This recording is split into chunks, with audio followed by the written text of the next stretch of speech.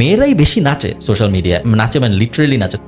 এমন যে সমাজের বাধা আছে কন্টেন্ট এখন বানাইতে, ছেলেরাও নাচে, ছেলেরাও নাচে, কোনো সমস্যা নেই। মেকআপও করে ছেলেরা। বাচ্চা জন্ম এবং ফিজিক্যাল লেবার, এই দুইটার বাদে আই থিঙ্ক অলমোস্ট সবকিছুই ছেলেদের মেয়েদের সেম, অ্যাটলিস্ট ডিজিটাল ওয়ার্ল্ডে। তুমি তোমার বাচ্চাকে আইপ্যাডে বসায় রাখছো নাকি কলাপাতা কেমন হয় শিখাচ্ছ, কিছুই অ্যাকচুয়ালি যায় আসে না। তাহলে তো কি করবো, আমি আলমারিতে ঢুকে সাজায় রেখে দিব বাচ্চাকে। আমি দিন শেষে সবাই তো মারাই যাবো, এদিকেই ফোকাস করি। প্রাইমারি গোল সবার মোরা। Welcome Khalid Farhan to the other side by Isha Rushdi. Thank you Yeah. Happy to be here. Yes, it's our pleasure. We have done a research. তোমাকে মোটামুটি সবাই চিনে। You are an entrepreneur, a very strong voice on social media. R through your voice you've helped a lot of people. অনেককে তুমি help করো, আর অনেকে আমরা তোমার ভিডিও দেখি তুমি হয়তো জানো না। কখনো কখনো দেখি কোনো একটা ইন্টারেস্টিং স্টোরি শুনতে, ওই যে ChatGPT CEO ছেড়ে কোথায় চলে গেল ওইটা, আর ওর কখনো কিছু শিখতে।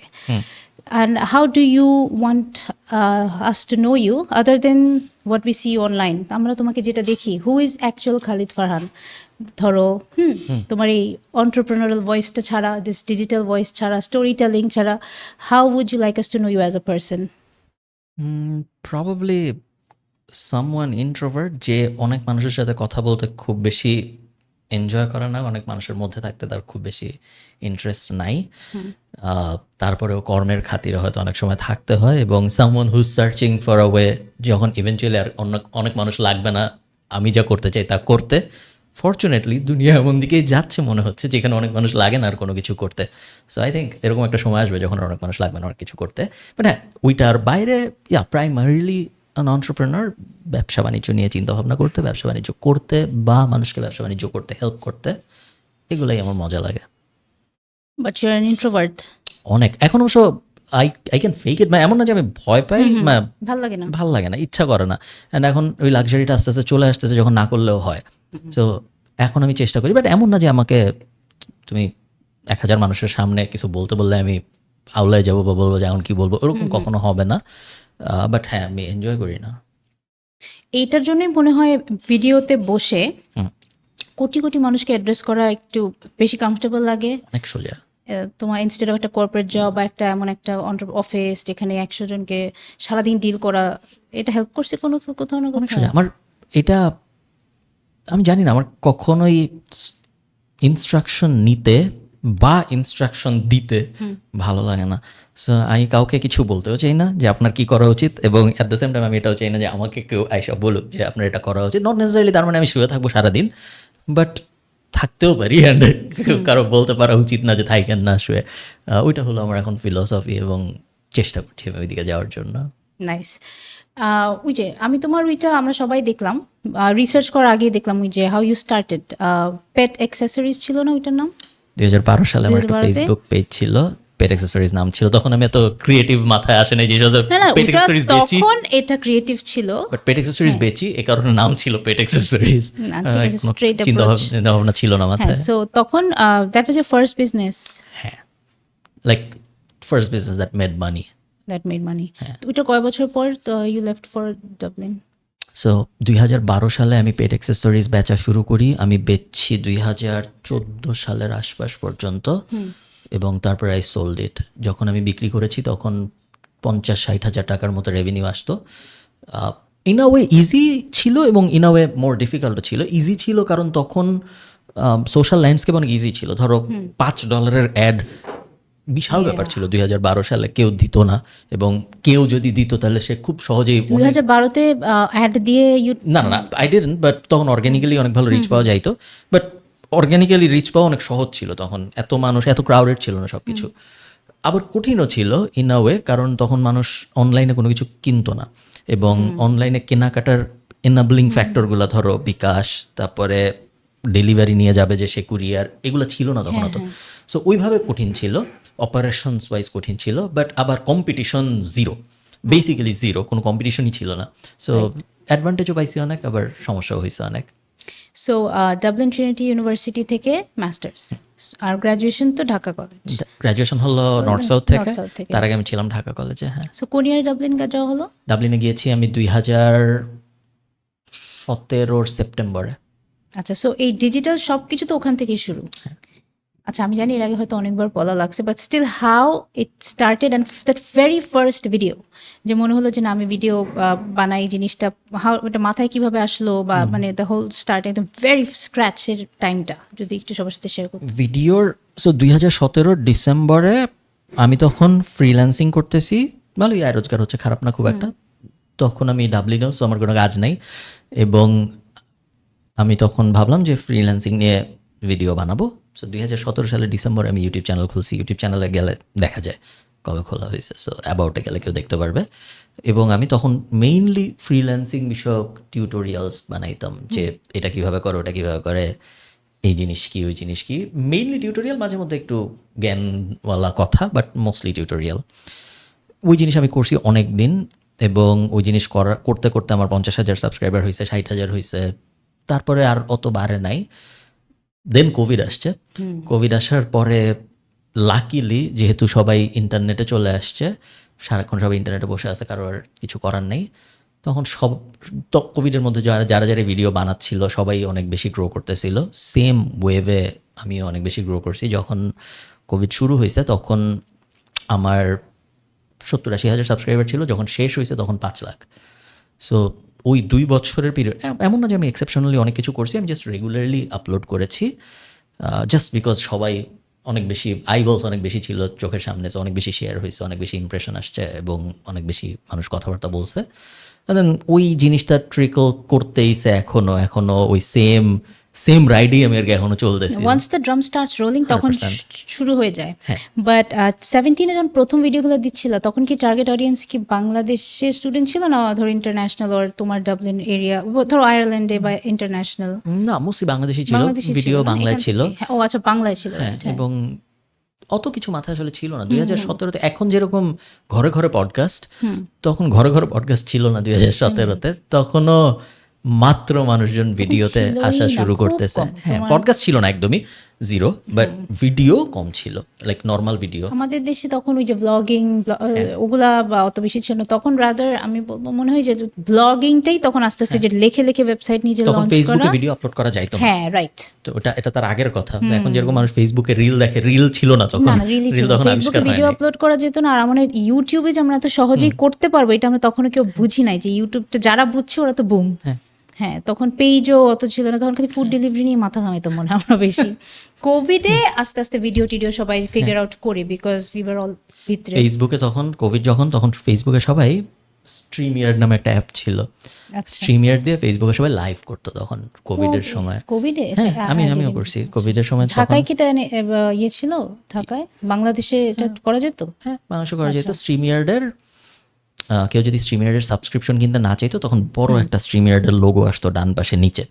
তো তখন প্রত্যেক দিনই আমি ফেসবুকে গেলে দেখতাম কেউ না কেউ ফেসবুকে লাইভ করতেছে কোনো না কোনো বিষয়, কারণ ওই সফটওয়্যারটা কিনতে টাকা লাগতো না, বড় একটা লোগো দিলে ফ্রিতে ইউজ করতে দিত। হ্যাঁ, তারপর আস্তে আস্তে এখন অনেক দূর আগে আসছে, এখন তো সবাই ভিডিও বানায় ভালো। তোমার সবচেয়ে হাইয়েস্ট ভিউড, সবচেয়ে ওয়েল অ্যাকসেপ্টেড ভিডিও কোনটা, কি টপিকে ছিল? Well accepted, highest viewed probably আলাদা আলাদা হবে, বাট মেইনলি আই থিঙ্ক সবচেয়ে বেশি ভিউ হওয়া ভিডিও আমার চ্যানেলে হলো ফ্রিল্যান্সিং নিয়ে। সো ফ্রিল্যান্সিং কীভাবে করে, কী জিনিস, এই টপিকে আমার 2টা ভিডিও আছে। 2টা ভিডিওই সেম ভিডিও, মানে সেম ফুটেজ থেকে 2 ধরনের এডিট করা ভিডিও, বাট একই ভিডিও, জাস্ট 2টা এডিটরকে দিছিলাম আমি এডিট করতে। সো প্রথম জনেরটায় 50 লাখ বা 60 লাখ ভিউ, তারপরের জনেরটায় 20 লাখ 30 লাখ ভিউ। ওই সেম ভিডিওটা আমি রি-এডিট করে 3-4 বছর পর পাবলিশ করি, কারণ 3-4 বছর যখন আমি পাবলিশ করি তখন দেখি আরও অনেক নতুন মানুষ দেখে। সো ওইটা প্রবাবলি হবে হাইয়েস্ট ভিউড ভিডিও ইউটিউবে। আলাদা মোস্টলি ওয়েল অ্যাকসেপ্টেড সব কিছুই, তেমন কোনো ঝামেলা নাই কোনো ভিডিওতে, সব ভিডিও মোটামুটি ওয়েল অ্যাকসেপ্টেড। আচ্ছা, আমার পডকাস্টের ফিমেল অডিয়েন্সই একটু বেশি, অ্যান্ড মেয়েরা আমাদের দেশে এখন অনেক এন্টারপ্রেনার্স, বাট মোস্ট কর্পোরেট সেক্টরে অনেক মেয়ে দেখা যায়, বাট এই এন্টারপ্রেনারিয়াল জার্নিতে মেয়ে একটু কম। Usually they start with either boutique or cooking something, food, আর থার্ড মেবি আজকাল beauty sector, beauty parlour, makeup, stuff like that. You as someone যে এত ওয়েল রিসার্চ একটা মানুষ ইন এন্টারপ্রেনারিয়াল অ্যান্ড সবসময় মেয়েদেরকে অ্যাটলিস্ট আরেকটু কি আইডিয়া দেওয়া যায় যে what else we can do? মেয়েদের আইডিয়া বলে কি আসলে কিছু আছে যে আইডিয়া? কিন্তু এই 3টা আইডিয়া মাথায় সবার আগে আসে। হ্যাঁ, আমরা ট্রেডিশনালি মেয়েদের যে জিনিসগুলোর সাথে অ্যাসোসিয়েট করতাম, যে মেকআপ দিবে, রান্না করবে, তারপরে যা পর্দা কিনবে, জামা কাপড় কিনবে, ঘুরে ফিরে দেখা গেল যখন বিজনেস আসলো তখন ওগুলো নিয়ে বিজনেস করতেছে বেশিরভাগ ফিমেল এন্টারপ্রেনার। তবে আমাদের যেভাবে আপব্রিঙ্গিংটা যেরকম হয় বুঝায় যেভাবে, ওগুলাই লাস্টে ওইদিকে যাচ্ছে। এবং ছেলেরাও এখন অনেক খাবারের বিজনেস করতেছে, বাট মেয়েরা এক্সক্লুসিভলি ওগুলোই করতেছে, অন্য কিছু করতেছে না। যেটা আমি তোমাকে একটু আগে বলতেছিলাম যে this is the first time যখন একটা মেয়ে হোস্ট আমাকে একটা পডকাস্টে ইনভাইট করছে। এমন না যে আমি আগে অনেকে করছে আমি যাইতে চাই নাই, আগে করেই নাই কেউ। পডকাস্ট এমন কোনো জিনিস না যে ছেলে করতে পারবে ভার্সেস মেয়ে করতে পারবে না। কিন্তু আমি যখন ইভেন কন্টেন্ট স্পেসেও আমি যখন মেয়েদের দিকে তাকাই, আমি সব মেয়েকে ওই সেম রান্নার ভিডিও করতে দেখি, জামার ভিডিও করতে দেখি, কাপল ভ্লগিং করতে দেখি। খুব কমই আমি দেখছি যে অন্য কোনো নর্মাল জিনিসে ভেঞ্চার করতে। আমি ঠিক শিওর না কেন, but I think it's very unfortunate যে করে না কেউ। এমন কোনো ডিফারেন্স নাই একটা ছেলের ভার্সেস একটা মেয়ের কোনো একটা পডকাস্ট শুরু করার ব্যাপারে। এমন না যে মানে যদি বলতাম যে না সমাজের প্রেশারের কারণে সে পারতেছে না, মেয়েরাই বেশি নাচে সোশ্যাল মিডিয়ায়, নাচে মানে লিটারেলি নাচে। তুমি যদি টিকটকে যাও তুমি দেখবে যে নাচছেন অনেকে, গান গাচ্ছেন অনেকে। এমন না যে সমাজের বাধা আছে কন্টেন্ট বানাইতে, ছেলেরাও নাচে, ছেলেরাও নাচে, কোনো সমস্যা নেই, মেকআপও করে ছেলেরা অফকোর্স নিজের মুখে। হ্যাঁ, সো এই আমি যেটা বুঝাইতে চাচ্ছি সেটা হলো, কোনো মেয়ে যদি এসে আমাকে বলে যে আমি করতে পারতেছি না কারণ সমাজ আমাকে বাসা থেকে বাইরে হইতে দিচ্ছে না, আমি তখন তাকে এটাই বলি যে আপনি যদি টিকটক ওপেন করে স্ক্রল করা শুরু করেন, আপনি দেখবেন যে কারো এই সমস্যাটা হচ্ছে না। সবাই এর থেকে আরও অনেক যেগুলো সমাজ আরও রাগ হবে সেগুলো করতেছে, কিন্তু ভালোগুলো করতেছে না কেউ। সো কেন সমাজ এখন বদলাইছে অনেক। এখন it's absolutely different world. In fact আমরাই যেই ওয়ার্ল্ড, তুমি তো মিলেনিয়াল। আমি 93-তে। আচ্ছা, হ্যাঁ, মিলেনিয়ালই বলা যায়। দুইটাই ওয়ার্ল্ড, দুইটাই পাইছো ভালো মতন। আমিও দুইটা, মানে আমরা মিলেনিয়ালরা মানে ভালো মতো বুঝছি, অনেক কয়েকটা এরা গো থ্রু করলাম। আমি যেটা মনে করি যে আমি নিজেই যেই ওয়ার্ল্ডে বড় হয়েছি, that world doesn't exist anymore, just নাই ওই ওয়ার্ল্ডটা একেবারেই। সো সমাজের প্রেশারটা যেখানে হয় কি, যে ওখানেই যে এখন চেঞ্জ হয়ে গেছে, কারণ এখন তো আমরা প্যারেন্টস, সো আমরা ছেলে মেয়ে সব পারবে, আমরা নিজেরাও দেখি তো পারে, যার কারণে তো আমরাও জিনিসটা বুঝছি। আমাদের টাইমে যেটা ছিল যে মেয়েরা পারবে কি পারবে না এত কিছু নিয়ে চিন্তাও করতো না মনে হয় আমাদের মা বাবা। আর মেবি সামওয়্যার মনে করতাম বাও, মেয়ে হওয়া একটা লাক্সারি, আমার তো কিছু করা লাগবে না। কিন্তু আমরা যে মানুষ, আমারটা যে আমাকে করতে হইতে পারেনি, টার্ন মাই ওন যেটা বেশি মানুষ মনে হয় ভাবে না যে মেয়ে হওয়া লাক্সারি। আমি জানি না, আমাকে মনে মনে করে যে ঠিক আছে তোমার তো কিছু, আমি বলি ছেলে ফ্রেন্ডরাও ছোটবেলায় তোর তো কিছু করা লাগবে, বড় হলে তো বিয়ে করে ফেলবি, আমার তো এটা করা লাগবে, হায় ছেলে তো বড় হয়ে রিক্সা চালাতে হবে, জোকও যেগুলো মিমও বানায় যে একটা মেয়ে যে পড়াশোনা কিছু করে নাই, বড় হয়ে হয়তো একটু বসে আছে সুন্দর করে, কারোর সাথে বিয়ে হয়ে গেছে, ওই মানুষটার কষ্টটা করে, আর একটা ছেলে রিক্সা চালাচ্ছে, কি জানি মিম বের হয় না। সো বাট এখন আমার মনে হয় মেয়েরা আর চিন্তা করে না যে ওর জন্য অন্য কেউ কাজ করবে। এখন থিংস আর চেঞ্জিং। হ্যাঁ, আর ওই যে টিকটক বললাম না, এখন যারা নাচেও আমার মনে হয় কি ইটস ইজিয়ার, যে বাসায় ভিতরে মা বাবা চাই কি তুই বাসায় থাক, বাসার ভিতরে দরজা বন্ধ করে নাচে, বের হয়ে কিছু করাটা মনে হয় এখন একটু। কিন্তু আমি নেগেটিভলি বলি না যে আপনি নাচতেছেন কেন, আপনি টিকটক করা, টিকটকে আমি জাস্ট বুঝাইতেছি যে যদি নাচ পর্যন্ত যাইতে পারে, চাইলে একটা ইনফরমেটিভ ভিডিও বানাইতে তাদের সমস্যা কি এরকম মানুষদের? এটা ইজি অপশন হচ্ছে বাসায় বসে। মেয়েরা ফার্স্টে হয়তো প্রেফার করে এই টাইপের ক্রিয়েটিভ ফান কিছু করা, দেন এই জন্যই এখানে জিজ্ঞেস করছিলাম নেক্সট যে আমাদেরকে বলো যে 2-3-4টা জিনিস যেটা ইজিলি মেয়েরাও ওটা নিয়ে ভিডিও বানাতে পারে, শিখতে পারে, করতে পারে বাসায় বসে, কি কি থাকতে পারে। আর ফ্রিল্যান্সিংই বা মেয়েরা কোন ফ্রিল্যান্সিং জিনিসগুলো করতে পারে ইন্টারন্যাশনাল? বাচ্চা জন্ম এবং ফিজিক্যাল লেবার, এই দুইটার বাদে আই থিঙ্ক অলমোস্ট সবকিছুই ছেলেদের মেয়েদের সেম, অ্যাটলিস্ট ডিজিটাল ওয়ার্ল্ডে বা আমরা যে টাইপ জিনিসপত্র করি সেগুলোর ওয়ার্ল্ডে। সো এমন কিছুই নাই যেটা, এমন কোনো কিছু আমি বলতেছি না যেটা ছেলে এক্সক্লুসিভ, আনলেস ওইটা বাচ্চা জন্ম দেওয়ার সাথে রিলেটেড অথবা হেভিলি ফিজিক্যাল কোনো কাজ। বাকি সব কিছুই দুইজনই করতে পারে। সো বেসিক্যালি সব কিছু। বাট মানে আমাদের দেশের culture, like maybe India, Bangladesh, Pakistan, it's just the way we think. আমরা দি আদার ওয়ে চিন্তাই করি না যে একটা মেয়ে ছেলে সবই করতে পারে যেটা একটা ছেলে পারে, সেটা ফ্রিল্যান্সিং হোক, কোডিং, এনিথিং। ব্রেন তো সবাইকে আল্লাহ মনে হয় একইভাবে দেয়। তো মেয়েরা তো মাল্টিটাস্কিং পারি করতে, মানে লিটারালি 10-12 ট্যাব খোলা থাকে। হ্যাঁ। মানে এই যে আমি তো বসে কথা বলতেছি, আমার কিন্তু অনেক কিছু মাথায় ঘুরতেছে, হঠাৎ একটা কাজই মনে পড়ে গেল। সো এই মাল্টিটাস্কিং যে মেয়েদের মাথায় এতগুলো, আসলে এটার সাথে রিলেটেড 2-3টা কাজের অ্যাডভাইস দিতে পারবো যে আসলেও কম্পিউটারের সামনে বসে আমরা করতে আপনি পারবো? যদি মেয়ে হন এবং আপনি যদি কিছু করতে চান, আই থিঙ্ক আপনার you should go all in on AI. আমার মনে হয় আপনার এভরি ওয়েকিং আওয়ার্স, যখন আপনার অন্য কোনো কাজ নাই বা অন্য কোনো কাজ থাকলেও রিয়েলি থিঙ্ক যে ওই কাজটা করা জরুরি নাকি না, বাকি যত সময় আপনার জমে সব সময় আমার মনে হয় আপনার এআই শেখার পেছনে দিয়ে দেওয়া উচিত। এক্স্যাক্টলি সেম অ্যাডভাইস আমি যদি কোনো একটা ছেলের পডকাস্টে যাই, ছেলেদের জন্য সেম, কোনো ডিফারেন্স জাস্ট মেয়েদের জন্য বলতে যেন আপনার মনে হয় যে হ্যাঁ এটা মেয়েদের জন্যই, but basically gender neutral advice, সবার জন্য এই জিনিস কাজ করবে। হ্যাঁ, give every waking hour to learn AI and then hopefully will figure out what to do. দুনিয়া এমন একদিকে যাচ্ছে যে খুবই টাফ প্রেডিক্ট করা যে কার আসলে কী কাজ থাকবে আগামী 4-5 বছর পরে যায়। বেশিরভাগ মানুষই এখন যা করতেছে আমার মনে হয় না তাদের কাজকর্ম ওরকম থাকবে। সো এখন বেস্ট আপনি যেটা করতে পারেন সেটা হলো এআই জেনারেলিস্ট হওয়ার চেষ্টা করা। যে জেনারেলিস্ট বলতে আর কি যে এআই এর সব কিছুই মোটামুটি জানে, যাতে করে যখন স্পেশালিস্ট হওয়ার সময় সুযোগ বা অপরচুনিটি আসবে, বা যখন আপনি বুঝবেন যে হ্যাঁ এই বিষয়ে তো অনেক মানুষ শিখেছে, তখন যেন আপনি ইজিলি অনেক ডিপে যাইতে পারেন ওই জিনিসটার ভিতরে, যেটা আপনি যেতে পারবেন না যদি আপনি জাস্ট বেসিক চ্যাট জিপিটির সাথে চ্যাট করতেছি, এর বাইরে অন্য কিছু যদি আপনি না করেন। চ্যাট জিপিটির সাথে চ্যাট করার বাইরে আর কি কি করা যায় বলো তো? চ্যাট জিপিটির সাথে হ্যাঁ, চ্যাট জিপিটি এটা বলো এটা বলো, এই তো গুগলের মতো ইউজ করার বেশি।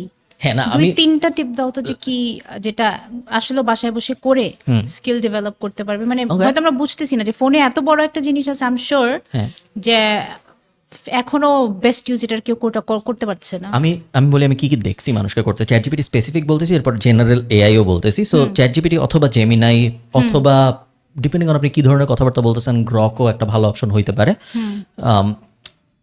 অনেক মানুষকে আমি দেখতেছি, সো একটা ইউজ কেস হলো অনেকে আমি দেখতেছি ভয়েস মোড অন করে বলছে যে act as my English learning companion and আমার সাথে কথা বলা শুরু করো, যখনই আমি কোনো ভুল করব পজ অ্যান্ড টেল মি আমি কি ভুল করছি, অ্যান্ড দেন তারপর ভয়েস মোডে কথা বলতেছে এর সাথে টানা, এবং 1 ঘন্টা 2 ঘন্টা 3 ঘন্টা ধরে করতেছে ইংলিশ ইমপ্রুভ করার জন্য। কারণ বেসিক 2-3টা স্কিল বাদে, সো কমিউনিকেশন একটা, and then maybe organisational capability আর একটা, ইংলিশ আর একটা, এই 3-4টা কোর্স স্কিল আই থিঙ্ক মোটামুটি সবসময় লেগে যাবে যদি কেউ গ্লোবালি অনেক কিছু করতে চায় বা ইভেন লোকালি অনেক কিছু করতে চায়। সো ওগুলো সেফ শেখা।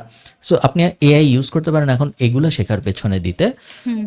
ডোন্ট ইউজ, আমি অনেক মানুষকে দেখি এআই ইউজ করে ওইভাবে যে মানে মজার জন্য, যে আমাকে এই ছবিতে আমার মাথায় একটা হ্যাট পরায় দাও, বা এই ছবিটা নট, মানে এমন না যে আপনি করবেন না এটা, বাট ওইটা আপনার প্রাইমারি ইউজ কেস হওয়া উচিত না যে আমি জাস্ট মজার জন্য করতেছি। ইটস লাইক অনেক পাওয়ারফুল একটা জিনিসকে আমি খুব সিলি একটা কাজে ইউজ করতেছি, ওটা না হয় ভালো।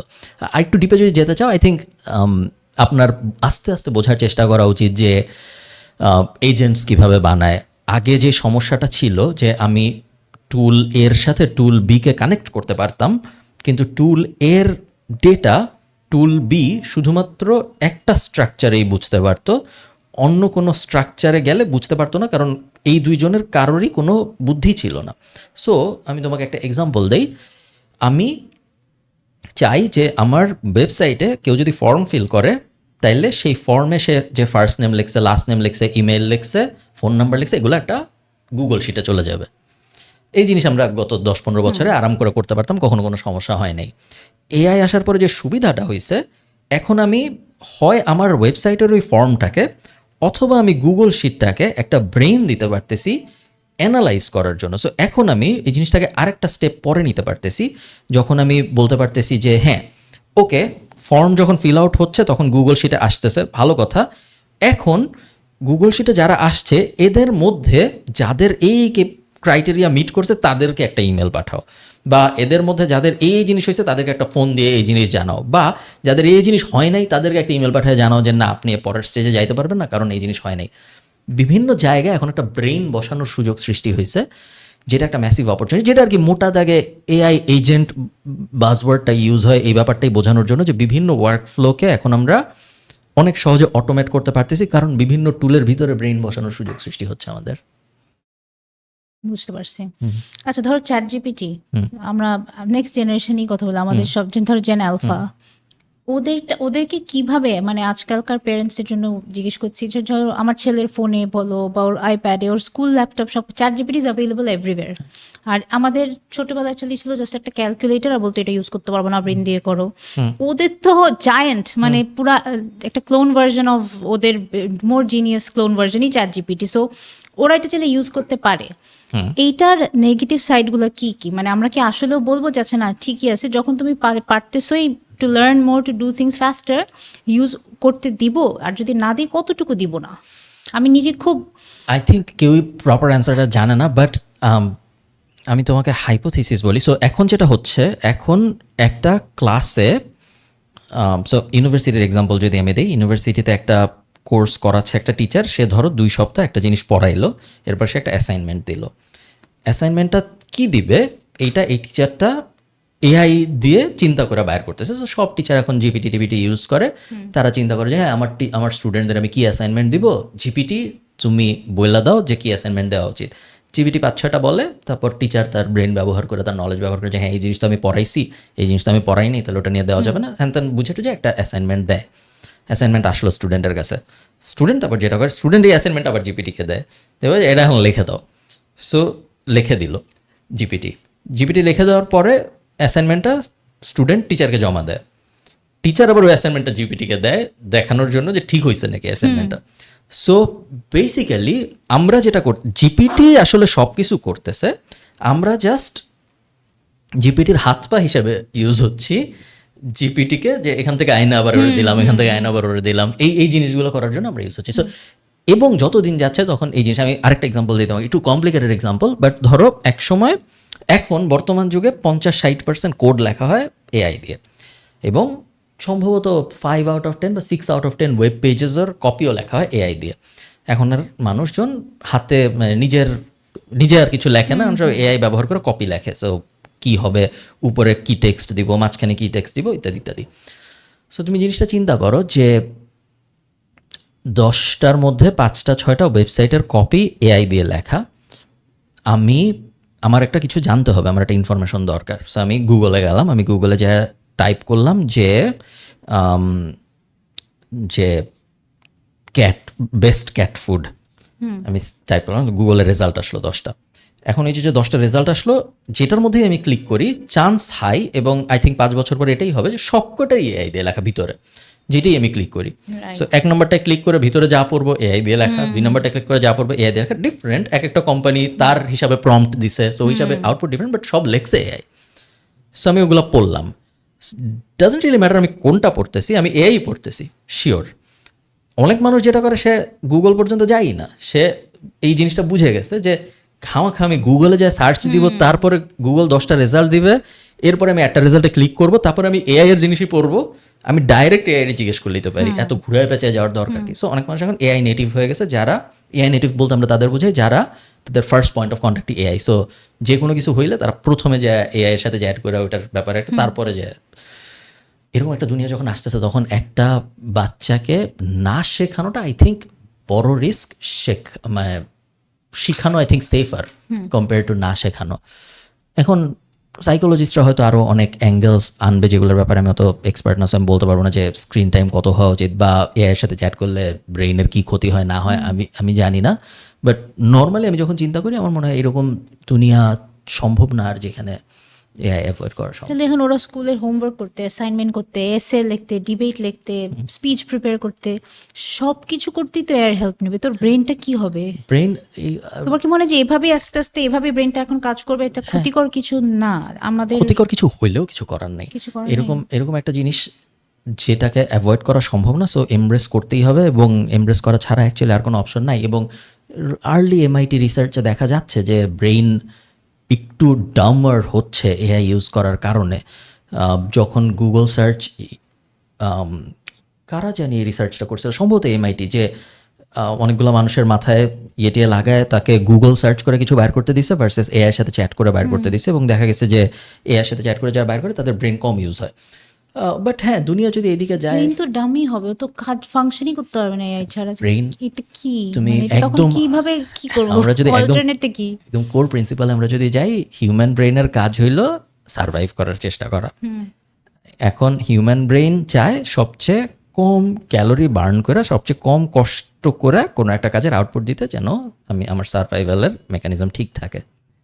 আমরা জানি যে অলমোস্ট সব কাজে আমি যদি এআই ইউজ করে ওই কাজটা করি, আমার এফোর্ট কম দেওয়া লাগবে। ব্রেন 100% টাইমেই ওই অপশনটাই চুজ করবে যে এটাই তার এফোর্ট কম দেওয়া লাগবে। সো আই ডোন্ট থিঙ্ক এমন কোনো অপশন আর আছে আমাদের যেখানে আমরা কাউকে বলতে পারবো যে না, এটা শেখানোর দরকার নেই, তোমারই ক্ষতি হবে। এক্স্যাক্টলি যেরকম ক্ষতি হয় যারা কম্পিউটার বুঝে না তাদের, আই থিঙ্ক তার থেকে 100 গুণ বড় ক্ষতি হবে যারা এআই বুঝে না তাদের। না, আমি ওইটাই বললাম যে বুঝছে, বাট ওভার ইউজ করতে করতে করতে করতে ব্রেন মেবি ডামার হবে। ও কিন্তু বলছে ব্রেন ডাম হবে, সেটা মাথায় রেখো। আই থিঙ্ক এটাই প্রবাবলি হিউম্যানিটি, ব্রেন ডাম হবে, but এটা একটু জেনে রাখো। হিউম্যানিটির এক্সিস্টেন্স শেষ হয়ে যাবে নাকি, বা ইউনিভার্সাল বেসিক ইনকাম চলে আসবে নাকি, এইটাই আলোচনাগুলো এই কারণে এখন আসতেছে, কারণ বোঝা যাচ্ছে যে যদি এটাই হয় যে এআই সব করবে, যদি এটাই হয় যে আমাদের আর কোনো কিছু করাই লাগবে না, তখন অ্যাকচুয়ালি আমাদের কাজ কি? সো ওখান থেকে ওই আলোচনাগুলো আসতেছে। আমার মনে হয় জাস্ট ব্রেনটাকে ফাংশনাল রাখার জন্য, ওদেরকে স্টিল এটা রিমাইন্ডার দেওয়ার জন্য যে ভাই তুই মানুষ, তুমি এআই না। আমি জানি না, ওর বেলায় যেটা আমি চিন্তা করি যে আস্তে আস্তে যত দিন যাবে ও আমার কন্ট্রোলের বাইরে যাবে, ও more he will choose his own মানে ইনফরমেশন কোত্থেকে চায়, ওটা আমি পারবো না।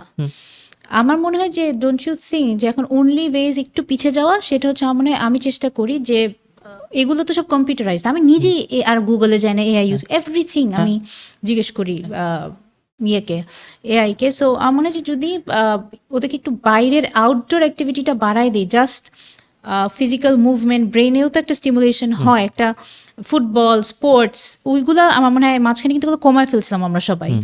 আমরা ওইটা যদি বাড়াই দিই, at least they need to know যে আউটসাইড দিস এই বন্ধ আরেকটা ওয়ার্ল্ড, ওইটা যেন না ভুলে ইউজ করুক এআই। বাট আমার মনে হয় যে এখন ফিজিক্যাল অ্যাক্টিভিটি ছাড়া, দৌড়ানো, পার্কে যাওয়া, ফুটবল খেলা, ক্রিকেট খেলা, বাস্কেটবল খেলা, এনিথিং, দরকার হলে যে সুইমিং পুলে গিয়ে পড়ে থাকুক, এইটা আমার মনে হয় একটা অনলি ওয়ে যেন অ্যাটলিস্ট স্টিল ওদের একটা রিমাইন্ডার হয়, দে স্টিল সোয়েট, ওদের মাথা ঘামে, ওরা টায়ার্ড হয়, নাহলে তো রোবট হয়ে যাবে। তাও আবার ইউজলেস রোবট, রোবট তো তাও কাজ। আই থিঙ্ক 10-15 বছর পরে কে একটা ধরো মরিচের পাতা চিনে will be a more valuable skill then কে কয় পাতা কোড লিখতে পারে বা কে কত ভালো অঙ্ক পারে, কারণ ওগুলা সবাই পারে, ওগুলা ক্যালকুলেটর দিয়ে করা যায়, জিপিটি দিয়ে করা যায়, যেটা আর কি তখনকার ক্যালকুলেটর ইকুইভ্যালেন্ট। সো ওগুলো শেখার মধ্যে কোনো ক্রেডিট নাই, যে কারণে এখন আমরা দেখতেছি অনেক এরকম ইনিশিয়েটিভ আসতেছে। There is this school called I think Alpha school. So 2টা স্কুল আছে, একটা স্কুলের নাম সম্ভবত আলফা স্কুল, আমি ঠিক শিওর না, আরেকটা স্কুল আছে যেটার নাম হলো নেচার স্কুল।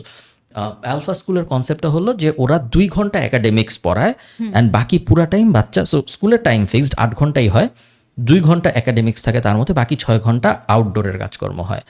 সো ওইখানে ক্লাস 3-এর বাচ্চারা, 4th স্ট্যান্ডার্ডের বাচ্চারা ম্যারাথনে যায়, তারপরে জঙ্গলের ভিতরে যায়, তবে এই টাইপ কাজকর্ম করে। অ্যান্ড দেন পরে নেচার স্কুলের কনসেপ্টও সেম, যেখানে ওরা নেচারের ভিতরে নিয়ে হাবিজাবি জিনিসপত্র করায় বাচ্চাদের।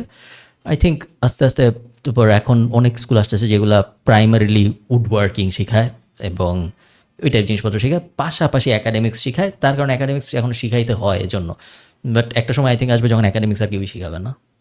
আমারও তাই মনে হয়, কি আচ্ছা এটা জিনিস তো শেখানো মানে সো কমন সেন্স আমাদের বলতেছে যে তোমাকে আমি ইংলিশ ফার্স্ট পেপার, তুমি বাংলা মিডিয়ামে ছিল না ইংলিশ মিডিয়ামে ছিল? সো আমি তোমাকে ইংরেজি প্রথম পত্র পড়াচ্ছি, ইংরেজি দ্বিতীয় পত্র পড়াচ্ছি, বাংলা প্রথম পত্র পড়াচ্ছি, বাংলা দ্বিতীয় পত্র পড়াচ্ছি, এবং তারপরে আমি তোমারে একটা এমসিকিউ দিলাম এবং এমসিকিউর সাথে একটা ওই যে সৃজনশীল প্রশ্ন দিলাম। মানে নাই এই জিনিস দিয়ে কিছুই শেখা হইলো না, কিছু করা হইলো না, কোনো এটা পারছো নাকি পারো নাই এটা দিয়ে আমি কোনো অ্যাট্রিবিউট দিতে পারবো না। এটা যে পারছে আমি কখনোই বলতে পারবো না যে সে ভালো, এটা যে পারে নাই কখনোই আমি বলতে পারবো না যে সে খারাপ, কারণ এই জিনিসটা কোনো টেস্টের মধ্যেই পড়ে না আসলে। সো এবং এখন সৃজনশীল আসার পরে তো আরও মজা হয়েছে যে ধরো করিম এবং রহিম ভাই, করিম এবং রহিম গ্রামে থাকে, করিমের অনেক কষ্ট, রহিমের জন্য করিমকে যে বলল যে তোমার এত কষ্ট কেন, এটা মনে করো উপরে প্যাসেজ। প্রথম প্রশ্ন আম, যে জসিমউদ্দিনের বাবার নাম কি, এটা এটা পারলে 1 নাম্বার। এরপরে দ্বিতীয় প্রশ্ন যে অমুক গ্রামে কি হয়েছে, এটা ওই গল্পতে এটা বর্ণনা করো, ওটা পারলে 2 নাম্বার। সৃজনশীল প্রশ্ন এইভাবে হয় এখন। এবং আমার আমার এক কাজিন দিছে পরীক্ষা, so আমি ওর মডেল টেস্টের অনেকক্ষণ উল্টায় দেখছি যে এইগুলোই হয়। সো ওই টেস্ট পারলে আমি কিভাবে বুঝবো যে ও ভালো, কারণ এই টেস্টটার সাথেই তো, টেস্টটাই তো আমি বুঝি না, তাই না? সো ওটা পারে না পারার কিছু যায় আসে না। তাহলে এখন এই যে জেনারেশন আলফা যা, মানে ওরা কোথায় যাচ্ছে? মানে পুরাই কম্পিউটারে কাজ করবে, চ্যাট জিপিটিকে জিজ্ঞেস করে বাসায় বসে থাকবে, ডেস্ক বসে বসে বাসার ভিতরে ভিতরে এরকম হবে? I don't have a good answer. আমি ঠিক শিওর না যে কি হওয়া উচিত, আমি জাস্ট দেখতেছি কি হচ্ছে। এটাই তো হচ্ছে না? এটাই হচ্ছে এবং এটাই তারপর? হবে, আরো প্রবাবলি বেশি হবে। এটা ফিজিক্যালি এটা জিনিসটা একটু একটু ক্ষতিকর না? আমাদের দৌড়াদৌড়ি জন্য একটু বেশি ক্ষতিকর। তুমি বাংলাদেশের কনটেক্সটে চিন্তা করলে একটু বেশি বাংলাদেশের ক্ষতিকর। জন্যই ক্ষতিকর, বাইরে তো তারপর নিজের কাজ নিজেকে করতে হবে, নো ম্যাটার হোয়াট। হ্যাঁ, এবং বাইরে আমি তো অনেক অ্যাক্টিভ এই যে গত 3 মাস সামার ছিল, আমার বাসার সামনে আমি পুরা টাইম দেখছি যে বাচ্চা কাচ্চা খেলতেছে, রাত 8টা পর্যন্ত খেলতেছে, 9টা পর্যন্ত খেলতেছে, এবং বাচ্চা কাচ্চা খেলা এনজয় করতেছে। বাংলাদেশের মতো জায়গায় যেখানে ওই অপশন কম, এবং আগে আমাদের বিনোদনের অপশনই ছিল হয়তো যে ওরে 2 ঘন্টা আইপ্যাডে থাকতে দিব, এখন ওইটা হয়ে গেছে মেইন লাইফ। তো এখন তারপর আমি বিনোদনও যদি আইপ্যাডই অ্যাড হ্যাঁ, করি, exactly. করবে কি? এর কোনো উত্তর নেই, কি করবে? আচ্ছা ধরো স্ট্রিক, তোমার যদি এখন একটা 11-12 বছরের ছোট ভাই হুম বা তোমার নিজের একটা বাচ্চা থাকতো, ওকে তুমি একা সিঙ্গেল ড্যাড, তোমারই ওকে করতে হবে, তোমাকে আর কি অ্যাডভাইস দেওয়ারও নাই, দাদা দাদি নানা নানি, তুমি আরো তোমার ওই বাসার মধ্যে একা, ওর ফিউচার পরে তোমার উপর, আর তুমি কি কি 5টা জিনিস ওকে শিখাতা? কারণ তুমি ডাবলিনে থাকলে ওর ফিউচার বাংলাদেশে, ওইটা চিন্তা করে তুমি কোন 5টা জিনিস ওকে শিখাতা যেটাতে? আই থিঙ্ক আমি খুবই হার্ডলি চেষ্টা করতাম যে ওর ফিউচার বাংলাদেশে না হয়। না, ওর ফিউচার বাংলাদেশ, Okay. এটাই Okay. তোমাকে ফিল করতে হবে এখন, কারণ এটা আমাদের সবার প্রবলেম। আই থিঙ্ক আমি চেষ্টা করতাম যে ও যেন বর্তমান যুগে যা হচ্ছে সেইটা শিখে যেন অ্যাটলিস্ট আমার টাইনি একটা চান্সও থাকে যে সামনে যেই দুনিয়া আছে ওর জন্য একটু সামওয়াট প্রিপেয়ার্ড হয়। লাইক যে কবিতা মুখস্থ করে লিখে এসএসসি দিচ্ছে, আমার বাচ্চা যদি একটু এআই এজেন্ট কিভাবে কাজ করে জানে, আমি মনে করবো যে যে জানে এটা তার probably like 10-20% better chance survive করার, যখন সে জব মার্কেটে যাবে। চান্স আছে দুজনের কেউই করবে না, কারণ লাগবেই না কাউরে, এরকম একটা সময় আসতে পারে যে এই দুজনের কাউরেই লাগবে না। এরকম একটা, ইটস ভেরি লাইকলি যে এরকম একটা চান্স আসতে পারে। বাট যদি এরকম না হয়, 2-1জনকেও লাগে, তখন আমি চেষ্টা করবো যে ও যেন এই ব্যাপারগুলো জানে, যাতে করে ওই 2-1জনের মধ্যে ও পড়ে। কোন ব্যাপারগুলো জানে? Mostly AI staff, mostly block chain staff. But হ্যাঁ, এখন প্রবাবলি এআই ফার্স্ট, সো অন্য কোনো কিছু নিয়ে চিন্তা করার কোনো অবকাশ আছে বলে মনে হচ্ছে না। অ্যান্ড অফলাইনের জিনিসপত্রও যেন অনেক ভালো জানে। সো অফলাইনে কি কি ভালো জানা দরকার ওদের? অফলাইনের তো কিছু থাকতেছেই না, এই জন্য অফলাইনে কি কি জানার দরকার, even in tomorrow's world, for tomorrow's world? যখন সবকিছু রোবট করবে এবং যখন সবকিছু এআই করবে, তখন আমাদের প্রোডাকশন বাড়ার কথা। সো একটা ফ্যাক্টরিতে যদি 10জন মানুষ জামা বানায় এবং তারা যদি দিনে 100 জামা বানাইতে পারে, ওই ফ্যাক্টরিতে যদি আমি রোবট বসাইতে পারি, রোবট বলতে হাত পা মাথাওয়ালা রোবট না, রোবট বলতে লাইক মেশিনস যদি আমি বসাইতে পারি এবং পুরো সিস্টেম যদি আমি অটোমেট করতে পারি, যে এখন আর 10জন মানুষ লাগে না, এখন জাস্ট 1জন মানুষ লাগে এবং 500 রোবট লাগে। ওই সেম ফ্যাক্টরিতে আগে যদি 100 শার্ট বাইর হইতো, এখন ওই সেম ফ্যাক্টরিতে 1000 শার্ট বাইর হওয়া উচিত। অনেক কারণ আছে, রোবট ভুল করে না, রোবট 24 ঘন্টা কাজ করতে পারে, অনেক অনেক ফ্যাক্টর আছে, বাট আসা উচিত। একই লজিকে আমাদের যখন রোবট ধরো ধান ফলাবে, তারপরে শসা টমেটো ফলাবে, আমাদের প্রোডাকশন বেশি হওয়ার কথা মানুষ ফলাইলে যত হইতো তার থেকে, কারণ রোবট সেম লজিক, সেম কারণ। সো যদি আমরা ইউটোপিয়ান ওয়েতে চিন্তা করি, আই থিঙ্ক এরকম একটা চান্স আছে যখন কিছুই করা লাগবে না মানুষের, কারণ সব কিছুতেই রোবট এআই আমাদের থেকে ভালো করতেছে সব কিছু। সো তুমি কিছু করতে চাওয়া মানে হইলো খারাপ করা জিনিসটা, এবং কেউ চাবে না ক্যাপিটালিস্টিক সোসাইটিতে যে আগে আমার 100 হচ্ছিল প্রোডাকশন, এখন মানুষ ঢুকার কারণে 80 হয়েছে, মানুষ থাক, এটা কেউ চাবে না, কখনো থাকবে না। সো আই ডোন্ট নো কি করা উচিত আসলে। তোমার কি মনে হয় কি করা উচিত বাচ্চা কাচ্চাদের? আমি জানি না, আমি ভালো হয়েছে আমার নাই। আই ডোন্ট নো আসলেও। আমার মনে হয় এআই শিখুক, হ্যাঁ। এআই শিখে ভালো থাকুক, বাট তারপরেও তো এআই শিখবে, তারপর এআই ওর জব করবে, ওরা তো নিডেড হবে না। তাইলে ওই তো যেটা বললাম, তাহলে আর্মি, এয়ারফোর্স এমন এমন কাজে যেতে হবে যেটা ওই শিখায় রাখতে হবে ব্যাক অফ দেয়ার মাইন্ড, আর ফিজিক্যালি স্ট্রং রাখতে হবে, so that they can at least minimum look after themselves, বুঝছো? মানে একা সার্ভাইভ করাটা, বেসিক একা সার্ভাইভ করাটা, ডিপ্রেশনে না যাওয়া, how to enjoy their own company, not to feel small. আমার মনে হয় যে আগে আমাদের যেটা ছিল যে আমাদেরকে বলতো বেশি করে, মানে একটা টাইমের পর ছিল যে আমাদের কম্পিউটার শেখা উচিত, আর এটা মানে এই যে জিনিসগুলোতে পুশ করা উচিত, এখন ওগুলো ওদের লাইফ। সো আগে যে জিনিসগুলো আমাদেরকে মানা করতো, আমার মনে হয় এখন আমাদের ওগুলোর মজা ওদেরকে একটু দেওয়া উচিত, যে প্লে মোর, লাফ মোর, রান মোর, হেলদি থাকা। কারণ আমার কাছে সব থেকে বেশি এটাই ভয় লাগে যে এআই যদি ওদের কাজও করে দেয়, অনেক আনহেলদি একটা ওয়ার্ল্ড হবে। যদিও আমার মনে হয় এআই ওইটাও সলভ করে দিবে, তো মাইট অ্যাজ আমি তোমাকে আরেকটু ভয়ঙ্কর সিনারিও বলি, যে ধরো আমাদের এখন বছরে 21 লাখ গ্র্যাজুয়েট বেকার বের হয়, এবং 20 লাখ অলরেডি থাকার কারণে টোটাল নাম্বার প্রত্যেক বছরে 41 লাখের মতো হয় যারা চাকরি খুঁজতেছে প্রতি বছর। তো বাংলাদেশে কোম্পানিরা মেইনলি হায়ার করে সার্ভিস দেওয়ার জন্য মানুষদেরকে, খুব সার্ভিস বা অপারেশনসেই মেইনলি হায়ার হয়। আমরা দেখতেছি বিএটি 40% যে কর্মী ছাঁটাই করছে।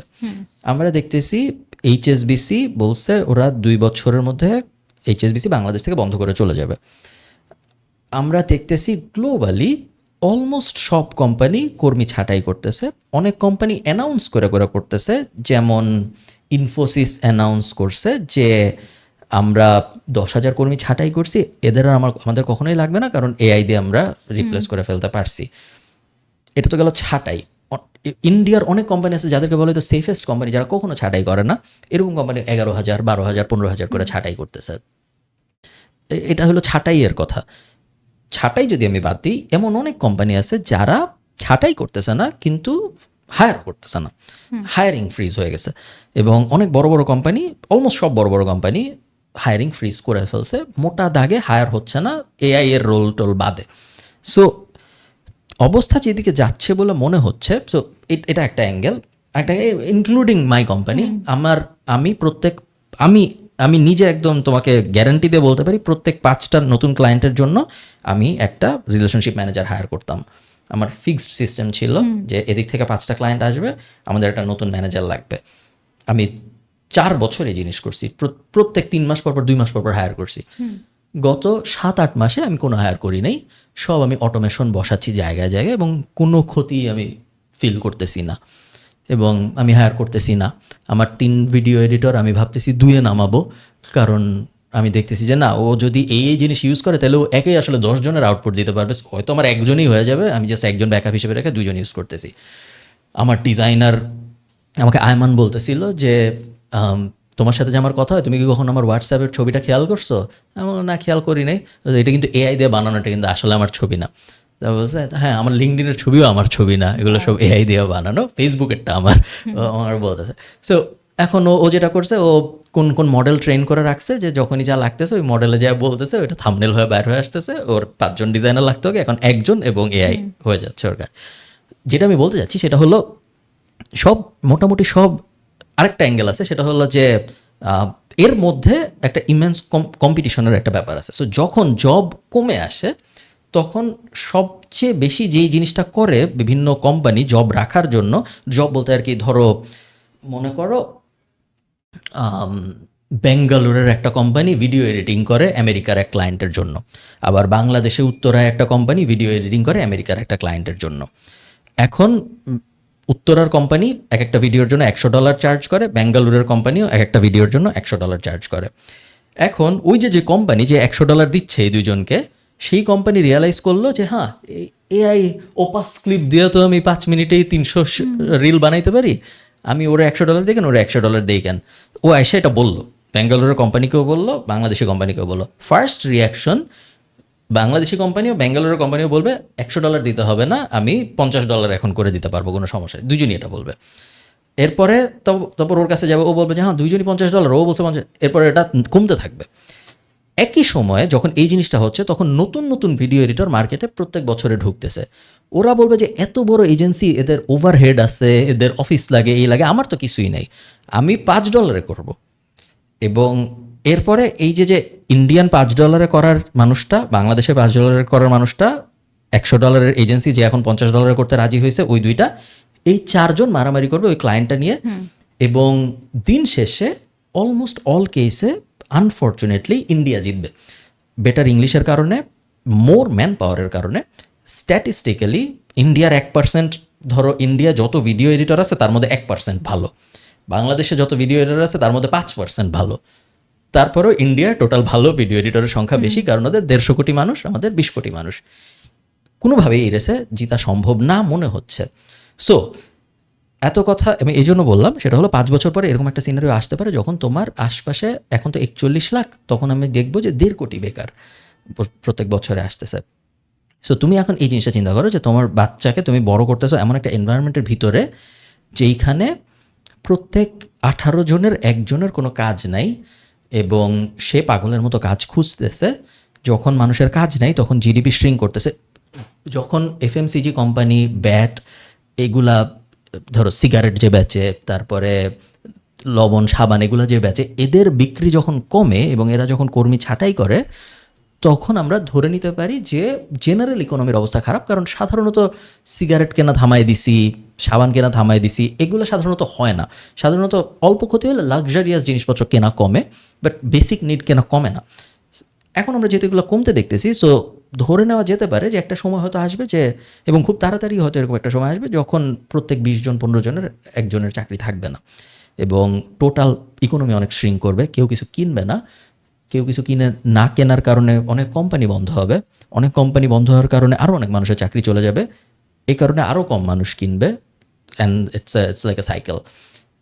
এখন ওইরকম একটা এনভায়রনমেন্টে তুমি তোমার বাচ্চাকে আইপ্যাডে বসায় রাখছো নাকি কলা পাতা কেমন হয় শিখাচ্ছ, কিছুই অ্যাকচুয়ালি যায় আসে না, কারণ পুরা ইকোসিস্টেমটার অবস্থাই খারাপ। সো হ্যাঁ, হ্যাপি থটস। হ্যাঁ, মানে আই রিয়েলি ডোন্ট নো। তো এখন মনে হয় কি যে পুরো ব্যাকওয়ার্ডস, যে এইসব এরকম যদি ওয়ার্ল্ড হয়ে যায় তাহলে ওকে ড্রাইভিং শিখায় রাখতে হবে, প্লেন চালানো তো শিখায় তুমি রাখতে হবে। ড্রাইভিং শেখানো ব্যাপারটা ইজ অ্যান অবসোলিট কনসেপ্ট, যে ড্রাইভিং শেখা মনে হচ্ছে না খুব বেশি দিন থাকবে। এটাও থাকবে না। আমি আমার বাংলাদেশে হয়তো অনেক দিন থাকবে, যেটা সবাই বাংলাদেশে এআই নিয়ে যে আমার মনে জোকটা, হচ্ছে এখন ওইসব জবের ডিমান্ড বেড়ে যাবে বাংলাদেশে। বাংলাদেশে এআই নিয়ে একটা জোক আছে যে আমাদেরকে কখনোই এআই রিপ্লেস করতে পারবে না, কারণ এক্স, এরপর একটা স্টুপিড কারণ যে হ্যাঁ এই যে দেখেন এই মতো করছে, এটা কি কখনো এআই দিয়ে, যখন কোনো কিছু রিপ্লেস হয় বুঝার আগে হয়ে যায়, এটা হ্যাঁ। মানুষ রিয়েলাইজ করে না, 2-3 বছরের মধ্যে হঠাৎ করে সব নাই হয়ে যায়। 1 বছরে 1905 বা 1906-এ সব রাস্তায় ঘোড়া চলতো, তারপর ঠিক 18 মাসের মধ্যে সব কটা ঘোড়ার কোম্পানি একবারে বন্ধ হয়ে গেছিল গাড়ি আসার কারণে।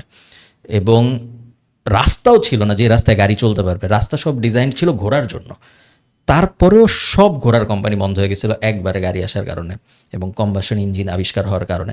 সো এরকম চান্স খুব কম যে এটা আমাদের আবার হবে না। এবং হ্যাঁ, অটোমেটিক ড্রাইভিং, আমার বাসায় আমি ড্রোন দিয়া বার্গার অর্ডার, ড্রোন দিয়া বার্গার পরে আমার ব্যাকইয়ার্ডের ভিতরে রাস্তায় গেলেই আমি দেখি অটোমেটিক ড্রাইভিংয়ে গাড়ি চলতেছে। এবং আমি তো অত উন্নত দেশেও থাকি না, আমেরিকার অবস্থা, চায়নার অবস্থা আরও পাওয়ারফুল, যেখানে ইউরোপে তো তাও টেসলায় বসে থাকতে হয়, ধরবো না স্টিয়ারিং হুইল, বাট বসে থাকবো, গাড়ি একা একা চলবে।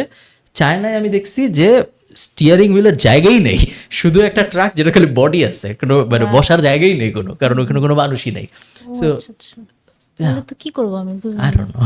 আলমারিতে ঢুকে সাজিয়ে Podcast. রেখে দিব বাচ্চাকে আমি, কিসের পডকাস্টে করে শুনবে না রেকর্ড, তো কি করবো, মানে বড় বড় অক্সিজেন দিয়ে আলমারি বানাবো, সাজিয়ে রাখবো বাচ্চাকে, দেখো শো ওর বা ইয়ারলি বড় করতে হয় সাইজটা, হিউম্যান কি বিংস, হবে ওরা, জাস্ট শো পিস, এটা আমি মিউজিয়াম হবে তোমাকে মানুষের। ছোটবেলায় আমরা সায়েন্স ফিকশনের শেষের দিকে, ধরো 2012-এর শেষের দিকে মুভি টুভির, আমরা জানি যে মানুষ বড় আজব জিনিস, মানুষ ইভেনচুয়ালি দেল ফিগার আউট হবে যে কিভাবে কি করা যায়। মানুষ ঠিকই শত কষ্টের পরেও, শত বিপদের পরেও কিছু মানুষ থাকে যারা ঠিক মতো বের করেই ফেলে আসলে কি করা যায়, ওরকম কিছু হয়তো হবে।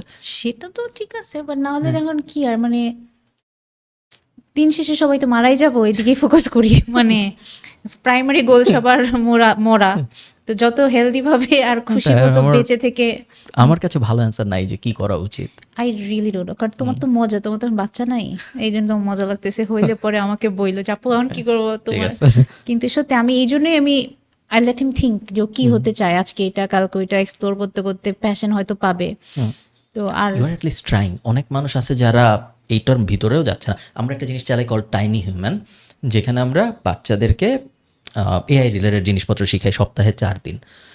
তো আমাদের প্রায় tinyhuman.ai আমাদের প্রায় 100-150 বাচ্চা আছে। ওয়াও, তো এই জিনিসের ভিতরেও অনেক প্যারেন্টস যারা জয়েন করতে চান তারা প্রথমেই আমাদের ধরো সব 10 বছরের কম বয়সী বাচ্চা, একটা দুইটা থাকতে পারে 12-13 বছর, এর বেশি কেউ নেই, সবাই ছোট। এবং আমরা ওদের একদিন শিখাই এই দিয়ে গান কিভাবে বানাইতে হয়, আরেকদিন শিখাই দিয়ে ইমেজ কিভাবে বানাইতে হয়, একটা গরু সাদা আছে এই গরুটার লাল কিভাবে করতে, এটা মজার জিনিসপত্র। এর মধ্যেও অনেক মানুষ পেজে মেসেজ পাঠায় বা আমাদের সিও মাসরেকাকে জিজ্ঞেস করে যে সার্টিফিকেট কবে দেওয়া যাবে, কি করলে কিভাবে সার্টিফিকেট পাওয়া যাবে। ওকে, ওনার বাচ্চার বয়স কিন্তু ধরো 5 বা 6, 7 এরকম।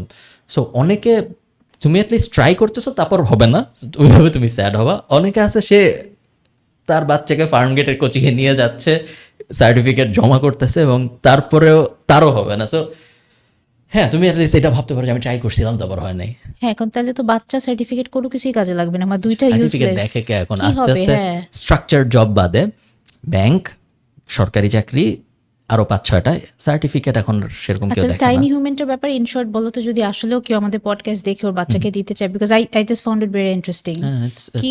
কিভাবে জয়েন করবে, কি করবে টাইনি হিউম্যানে? khalidfarhan.com/tinyhuman, এখানে কেউ গেলে সে anywhere from the world, right, online. আর টাইনি হিউম্যান তো ঠিক আছে, তারপরে সেমাই টাইনিদের জন্য কি করতেছো? 11 থেকে 18 জন্য কিছু করতেছি তোমার না এই ওদের জন্য মুহূর্তে। দরকার না করো, যারা 11 to 18, এটা তো Probably. ব্রেইনের একটা এই টাইমেই তো করা দরকার। উচিত। আমরা আরেকটু ছোট ধরতে না না, চাচ্ছি। তুমি 11 থেকে বলো একদম কি করে ওরা অ্যাকচুয়ালি সারাক্ষণ ওরা ডিভাইস নিয়েই থাকে। So might as well make the best use of it. True, unfortunately আমরা এই মুহূর্তে কিছু করছি না, বাট ইন্টারন্যাশনালি আই থিঙ্ক অনেক কাজকর্ম হচ্ছে এই Plan রেঞ্জের আছে তোমার বাচ্চাদের জন্য।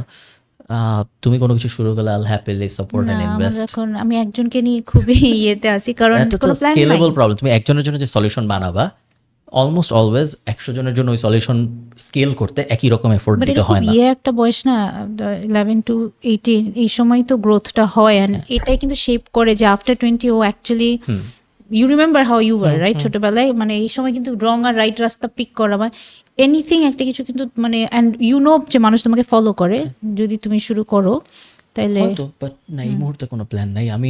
আমার নিজের ইন্ডাস্ট্রি সার্ভাইভ করে নাকি এই টেনশনেই আমি অন্য কারোর জন্য কোনো কিছু চিন্তা করার অবকাশ। আমরা এক সময় অনেক আগে, তোমার অডিয়েন্স অত রিলেট করতে পারবে না, অত ডিটেইলে বলতেছি না। আমরা এক সময় ফেসবুক অ্যাড বানাইতাম তখন আমরা দুইটা জিনিস চিন্তা করতাম যে কাকে দেখাবো।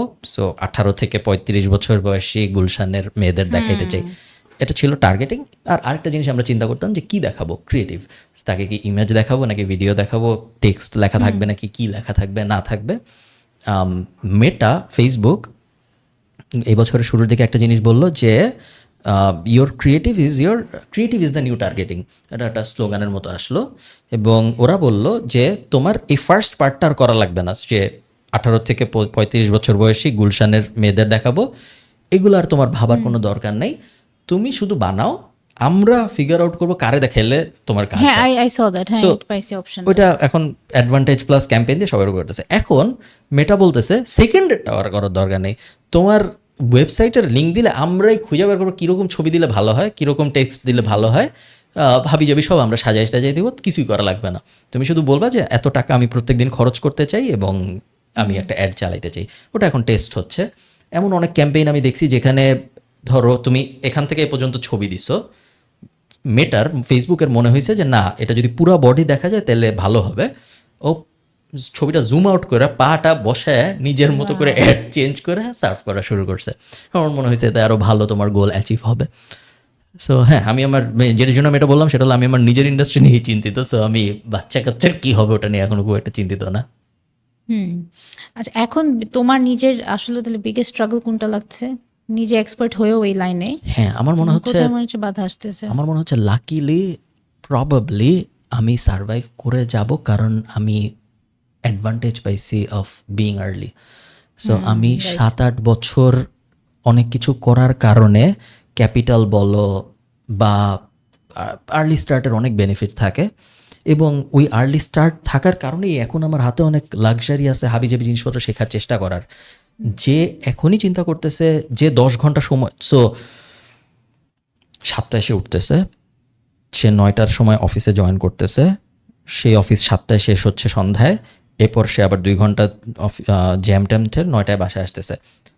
তার পক্ষে সে চাইলেও কোনো কিছু শেখার জন্য অনেক টাইম দেওয়া সম্ভব না, তার জাস্ট সম্ভবই না লজিক্যালি। আমি পারতেছি কারণ আমার ফর্চুনেটলি অনেক কিছু অলরেডি সেট আপ করা ছিল, সো আমি পারতেছি। সো তারপরেও আমার মনে হচ্ছে যে আমি অবসলিট হয়ে যাব। সো এই লোকটা যার অনেক কিছু করার সুযোগই হচ্ছে না, তারও অবসলিট হয়ে যাওয়ার চান্স প্রবাবলি আমার মতো হাই না হইলেও আমার থেকে বেশি হাই হবে। কোনো কিছুরই কোনো ফিচার দেখতেছি না, না। আই এম সরি, আমি একটু স্যাড পডকাস্ট হয়ে যাচ্ছে। আমি সেটা আমার উদ্দেশ্য ছিল না। আমার মজা লাগতেছে যে আমি মনে করতাম যে এই যে কনফিউজ যে কিছুই হচ্ছে না, কোথায় দুনিয়া যাচ্ছে, আই থট তুমি একটা সলিউশন দিতে পারবা না। Because you are in the business. No, আমি ইন দ্য বিজনেস দেখেই আমি উল্টা আরেকটু বেশি ইন দ্য ট্রেঞ্চ, আমি আরো ভয়ঙ্কর ব্যাপারগুলো বেশি দেখতেছি। বুঝছি, তো বলে এখন মরার অপেক্ষা করি, ভালো কাজ করি যেন মরার পর ওটাই, মরার হেভেনে পরে এখন যাইতে যদি পারি। কিছু হয়। কি করবো আর। যেহেতু তুমি একটা ডিফারেন্ট লাইনে কাজ করো, তোমাকে মনে হয় তুমি যদি এই দেশে থাকতা তাইলে কিন্তু অনেক ঝামেলা হয়ে যেত না? বাইরে যাওয়াতে তোমার ফ্রিডমটা ছিল টু স্টার্ট নিজের মতো ঠান্ডা মতো। বাইরে গেলে the value of work higher, so আমি তাই না? অনেক বেশি টাকা চার্জ করতে পারি। So we are almost at the end of our show. One book that you want to suggest everyone, যেটা বই তো মানুষ পড়েও না, একটা any বই, book যেটা স্টিল পড়তে পারে, লাইফ ফিকশন চেঞ্জিং হবে, না not known for fiction? Business, not for for life. Business. একটা বই আছে, বইটার নাম মনে পড়তেছে না। ডোনাল্ড মিলারের একটা মেমোয়ার আছে, নট, দুইটা ডোনাল্ড মিলার আছে দুনিয়ায়, দুইজনই ভালো লেখে, একটু কনফিউজিং। দুই ডোনাল্ড মিলারই ভালো লেখে। এক ডোনাল্ড মিলার লেখে স্টোরি নিয়ে, সো উনার ওই যে business made simple, marketing made simple, building a story brand, ওই টাইপ আছে। আমি উনার কথা বলতেছি না, আরেকটা ডোনাল্ড মিলার। এই ডোনাল্ড মিলারও ভালো, এনার বই পড়লেও লস নাই, বাট আরেকটা ডোনাল্ড মিলার আছে যে আত্মজীবনী টাইপ জিনিসপত্র লেখে। ওর একটা মেমোয়ার আছে, আমার এই মুহূর্তে নামটা I think নাম হলো A Million Miles in a Thousand Years. Okay, I think that's a fantastic book. আচ্ছা। One habit you wish you started earlier লাইফে, যেটা ভালো হতো। One habit. Probably take এ 2 ভাগে ভাগ করার অভ্যাস। সো আমরা যেভাবে ডে কন্টিনিউয়াসলি দেখি যে আমি সকালে উঠবো, তারপর সন্ধ্যা পর্যন্ত আমি টানা যা যা করতে পারি করবো। ডেকে যে 2 ভাগে ভাগ করা যায়, যে সকাল 8টা থেকে দুপুর 2টা পর্যন্ত একদিন, এবং তারপর দুপুর 2টা থেকে রাত 8টা পর্যন্ত আরেক দিন। এই জিনিসটা আমি আগে পারতাম না, আমি রিসেন্টলি শিখছি, বিভিন্ন ভিডিও দেখেই শিখছি যে একদিনকে 2 দিন বানানোর উপায়। Wow, তাই? তারপর থেকে আমি এটা অ্যাপ্লাই করার চেষ্টা করছি এবং বেশ বেশ ভালোই কাজ হচ্ছে। আচ্ছা, biggest distraction you had to remove to succeed? I don't have many distractions. আমি probably like সবার যা হয় তাই, সোশ্যাল মিডিয়া, ইউটিউব, এইসব। আচ্ছা, অ্যান্ড তোমার নিজের কাছে কি মনে হয়, তোমার পার্সোনালি মনে হয় যে স্ক্রিন টাইমের সবচেয়ে ক্ষতিকর সাইড কোনটা? ইউ ওয়ার্ক উইথ স্ক্রিনস, আমাদের সবার struggle to stay away from screens. Screen জিনিসটা আমার আসলে মনে কি, হয় যতটা খারাপ বলে অতটা খারাপ না তুমি আমার লাগে আমাকে না। বলো, তুমি আমার দিকে তাকায় আছো, এখন তো স্ক্রিন নাই, সো ভার্সেস তুমি স্ক্রিন দিয়ে আমাকে দেখতেছো, ডিফারেন্সটা কি? এটা খারাপ কেন? ডিফারেন্সটা হচ্ছে আমরা কি দেখি। তোমার Okay, সাথে আমি এক so- টপিক নিয়ে অনেকক্ষণ কথা বলতে যাচ্ছি, টু ওয়ে কমিউনিকেশন হচ্ছে। স্ক্রিনের যেটা হচ্ছে যে টু ওয়ে কমিউনিকেশন হয় না, আর ও আমাকে স্ক্রিন এন্টারটেইন করতেছে, আমি এন্টারটেইন হচ্ছি, আমি তাকায়, এটা আমার কাছে মনে হয় একটা প্রবলেম, যে এটা True, একটা ওয়ান ওয়ে কমিউনিকেশন। True. আর উই ক্রেভ এন্টারটেইনমেন্ট বেশি, True. ওই স্টিমুলেশনটা ব্রেন ইউজ টু হয়ে যায় এইটা। বাট আমার একটা মনে হয় যে আমার ছোটদের জন্য বেশি ভয় লাগে, কারণ আমরা তো সব ওয়ার্ল্ড দেখে আসি, যার কারণে মনে হয় ম্যানেজ ইট ওয়েল। আমি যতই স্ক্রিন দেখি, আমি অনেক দেখি মাই, কারণ আমার রিহ্যাবে যাওয়া লাগবে, যদি থাকে কোনো rehab. You are right 100%, but at the same time আমি তো কোনোদিন টনি রবিন্সকে সামনাসামনি পাবোই না। সো আমি যদি স্ক্রিন টাইমে নাই যাই, আমি কিভাবে ধরো অমুক মানুষকে বা তমুক মানুষের সাথে সময় কাটাবো, কারণ ওদের সাথে তো আমার কোনোদিন দেখা হওয়ার কোনো চান্সই নেই। সো স্ক্রিন টাইম প্রবাবলি খারাপ, বাট ওই তো অনেকগুলো আবার আমার কিন্তু আছে। যখন কিছু করার নাই তখন আমার ছেলের ক্ষেত্রে আমি যেটা করতাম ছোটবেলায়ও যখনই দেখতো, it wasn't since he is watching anyway, hmm এটাতে ফোকাস না করে that he is watching screen, I try to focus on what he is watching. ওর অ্যানিমাল খুব ভালো লাগতো, আমি দেখতাম যে ও যদি অ্যানিমাল নিয়ে দেখে তাই আমি বুঝতাম যে ওর ইন্টারেস্টিং জিনিসটাই দেখছে, ঘ্যা করে খালি তাকায় নাই, জাস্ট খুশিতে কালারফুল জিনিস দেখছে না। তো ধরো এখন দেখি, খেয়াল করি যে ও কি কি দেখে। আমি দেখি যে ও অনেক সময় লম্বা লম্বা ডকুমেন্টারি ভিডিও, ওর ফাইটার জেটস ইন্টারেস্টিং লাগে, ফাইটার জেটসের নাম বের করে, তখন আমরা যে at least that's also two way communication, ওকে যে ওর শখের জিনিসটা বের করে করে দেখছে। মানে অ্যালার্মিং হয় যখন reels reels reels reels reels reels খুব বাজে জিনিস। দেখতে এনি থাকে। এনি প্লেস যেখানে অনলাইন অফলাইন, যেখানে আমি কিছু বলতেছি না এবং আরেকজন ডিকটেট করতেছে যে ভাই আপনি এটা খান, তারপর আপনি এটা খান, তারপরে না এটাও খান, না আমার মনে হয় আপনার এটা খেলে ভালো। অনলাইন হোক অফলাইন হোক, দুই জায়গায় আই থিঙ্ক ওটা খারাপ। রাদার আমি বলবো যে না ভাই আমি এটা খাবো, তারপর আমি আর খাবো না।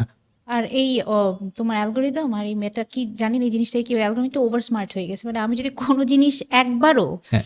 একটু ডিসগাস্টের সাথেও তাকাই, তো ওইটাই ওরা একটু ওয়েট করতে পারে যে ভাই ও 4টা ভিডিও এরকম দেখুক, তারপর কোনো কিছু দেখতেও ভয় লাগে যে আমি জানি আমার এটাই বারবার আসবে, মানে যেটা ইয়ে করে। আর আমাকে বেশি কন্ট্রোল, বেশি ওভার স্মার্ট। দিন শেষে তো আমরা মানুষ, তো এইটা একটা নতুন ইয়ে হয়ে গেছে যে মানে ব্রেইনকে কন্ট্রোল করে। বাট রিলস আসলে একটা খারাপ জিনিস। আমি এত দেখি মাঝে মাঝে, মানে লাস্ট 2টা রিল যদি আমি না তুমি তো দেখি। Your part of the problem as well. তুমি তো বানাচ্ছ রিল মানুষকে দেখার জন্য, দেখানোর জন্য। সো আমরা কনজিউমও করতেছি এবং মানে আমিও তোমাকে দোষ দিতেছি না, আমিও বানাই। হ্যাঁ। সো আমরা একই সাথে প্রডিউসও করতেছি, কনজিউমও করতেছি এবং বলতেছি কনজিউম করা খারাপ। সো হ্যাঁ, আই ডোন্ট নো। না, বাট কি কনজিউম করে এটা? আমি তো শিক্ষামূলক জিনিস কনজিউম করাচ্ছি, আমাকে খালি কোকোমেলের মতো অ্যাডাল্ট লাল লাল জিনিস, লাল তুমি নীল। মনে করো আমি তোমাকে তোমার একটা ক্যাসিনোতে নিয়ে যাব, আমি বলবো যে ক্যাসিনোর শুরুতে বই আছে কিন্তু ভিতরে জুয়া আছে, আপনি বই পড়েন, জুয়া খেলার দরকার নেই, আপনি বই পড়েই চলে আসেন। তোমার রিলটা ইজ লাইক দ্যাট। তুমি নিয়ে যাইতেছো সবাই ফেসবুক রিলের ভিতরে, বলতেছো যে না না না আপনি বই পড়েন সমস্যা নাই, চারদিকে হইলো ক্যাসিনো। সো কতক্ষণই বা সে জুয়া না খেলে বই পড়বে? I tried. এখন যদি না দেখি এটা মানুষের জুয়ারি হইতে ইচ্ছা করলেও হবে, আমার কি। আচ্ছা, লাইফের পর বেস্ট অ্যাডভাইস? ডোন্ট মানুষের মানুষ কি ভাববে ওইটা না ভাবা, অ্যান্ড মানুষের কাছ থেকে অ্যাপ্রিসিয়েশন পাওয়ার জন্য মনে মনে ওয়েট না করা। Good. Worst advice? Do Bibi. Right, আমরা তো সব বিবি babies. Actually that's not an advice, এটা আমি স্বপ্রণোদিত হয়ে করেছি, সো এটা কেউ আমাকে করতে বলে নাই। নিজেকে দেওয়া বাজে অ্যাডভাইস। আচ্ছা, তোমাকে যদি বলা হয় যে তুমি যে কোনো একটা খাওয়া সারা জীবন খাবা for the rest of your life, bhelpuri. Reel তোমার গ্যাস হবে, তোমার কলা জ্বলবে, তুমি আমি তো জানো। 3 মাস পর পর খাই, সো আমার আচ্ছা, আচ্ছা, আমাদের সারা জীবন খেতে ভেলপুরি? দ্যাটস আমাদের বাসার ফুচকা আর সামনে ভেলপুরি, ইন্ডিয়ান ওয়ান। আমি ভেলপুরকে বাংলাদেশি বলবো। তো আমাদের বাসার সামনে একটা লোক আছে, যে উনি তো জানেন আমি কই থাকি না থাকি, অত কিছু তো ওনার জানার কথা না। সে দেখে যে একটা লোক, আমি 3 মাস পর পর দেশে আসি, সো সে দেখে যে একটা লোক 3 মাস কোনো খোঁজ নাই, 3 মাস পর আসছে 50-60টা ভেলপুরি অর্ডার দিছে, কারণ আমি তখনই অর্ডার দিই যখন বাসায় অনেক মানুষজন আসে কাজিনে। 50-60টা ভেলপুরি নিছে, আবার 3 মাস নাই। তো 3-4 মাস সেটা খেয়াল করে এতজনের মধ্যে। আমি মাঝে মধ্যে ভাবি যে উনার কি মাঝে মধ্যে মনে হয় নাকি, যে কারণ সাধারণত 50-100 ভেলপুরি কেউ অর্ডার দেয় না। সো ভাবি যে উনি ভাবে নাকি, হ্যাঁ আমার অনেক ভালো লাগে। আচ্ছা, তোমার লাইফের 3টা বেশ কি কি যদি বলি এখনই গ্রান্ট করে দিব? আমার বিড়াল কখনো না মরলে খুব ভালো হয়, আমার বাপ মা কখনো না মরলে খুব ভালো হয়, এবং আমি না মরলে খুব ভালো হয়। পারফেক্ট। কয়টা বিড়াল তোমার? 2টা। ওরা এখন কই? ডাবলিনে কার সাথে? আছে মানুষজন। মানুষ আছে না? তোমার কি মনে করো যে বিড়ালরা লেস ইমোশনাল দেন ডগস? প্রবাবলি হ্যাঁ। আসলেও না? বাট ওরা কি, মানে এটা রিলেও থাকুক কি মানুষ দেখুক, কারণ cat people and dog people নিয়ে অনেক চলে যে মানে আমি অনেক ভয় পাই, my son loves animal, but আমার আই উইশ আমি ভয়টা কাটতো and I could be loved by a dog. আচ্ছা, একটা ডগ ওর ওনারকে কতটুকু মানে রেসপেক্ট অ্যান্ড আদর ভালোবাসে, আর বিড়ালটা কি আসলেও they have no emotion? Probably less than dogs for sure. I think they do have emotion. হ্যাঁ। আমার ওর একটা বিড়াল ছিল 1 বছর, তারপর ওটার অসুখ হয়ে যায়, বাট আমার মনে হচ্ছে যে ওর ইমোশন ছিল। না, emotion তো আছে। They do right? They do, কথা ভুলে যায় যে তুমি ঢাকা আসো, এখন অন্যদেরকে তোমাকে ভুলে গেছে। মনে হয় না, বাট হয়তো 1-2 বছর না হইলে যাইতেও পারে তাই বা না? Might be indifferent. I am not sure, but হ্যাঁ, আমি এটা সিউর যে কুকুরের থেকে অনেক কম। তাই তো তুমি তাহলে কুকুর কেন পালতেছো না? কুকুর পালা উচিত এবং আমি ভাবতেছি। সো আমি Really? অনেকদিন ধরেই ভাবতেছি। কোন ব্রিড? এখনো এটা ভাবি নাই। বাট আমি কুকুর নিয়ে ভাবছি বেশ স্ট্রংলি। নেক্সট টাইম আমাদের যখন দেখা হবে হয়তো আমার কুকুর থাকবে। আচ্ছা, তোমার সাথে এখন একটা গেম শো করবে, একটা জেন আলফা, হুম, যাদের ফিউচার নিয়ে আমরা কিছু সলিউশন আসতে পারি নাই। তো ও তোমাকে বলবে কতগুলা laws or flaws, like quotes and laws of life. তুমি এটা শুনে বলবা যে এটা ল নাকি একটা ফ্ল। ঠিক আছে। ঠিক আছে, আসো। The early bird catches the worm. It is a law. Work smarter, not harder. Almost সবসময় ইট ইজ আ ল। কখনো কখনো ফ্ল হইতে পারে, বাট অলমোস্ট সবসময় আই থিঙ্ক হার্ড ওয়ার্কিং মানুষজনদের থেকে স্মার্ট ওয়ার্কিং মানুষজন বেটার করে, প্লাস তারা যখন হার্ড ওয়ার্ক করে। Motivation is overrated. Discipline is everything. এইটাও আগেরটার মতোই, জাস্ট লাইক ল, বাট কখনো কখনো আবার মোটিভেশন লাগে, যখন মনে হয় যে motivation is a kick starter, but motivation টানা দিয়ে কিছু আসলে হয় না। Money can buy happiness. It's a flaw, they are not related, like একটার সাথে আরেকটার কোনো সম্পর্ক নেই। It's like saying light can buy happiness. Failing fast is better than avoiding failure. True. Success is 90% luck. Wow. Good question. I don't know, but probably true. Luck definitely is one of the biggest factors যেটা determine করবে if you're gonna be successful or not. You need a college degree to be successful. Not true. That's a flaw. Clients are always right. Not true. Networking is more important than skills. Again, খুবই tough বলা যে এটা কি সত্যি না। আমি বলবো flaw, কারণ যদি কোনো স্কিল না থাকে, নেটওয়ার্কিং করে আসলে তেমন কোনো লাভ হবে না। অনেক মানুষ চিনবে, সে তোমার দিয়ে কিছু করাইতে পারবে না। Charge less in the beginning to get more clients. That works. হ্যাঁ, A freelancer should eventually start an agency. Not an agency, but হ্যাঁ আ বিজনেস।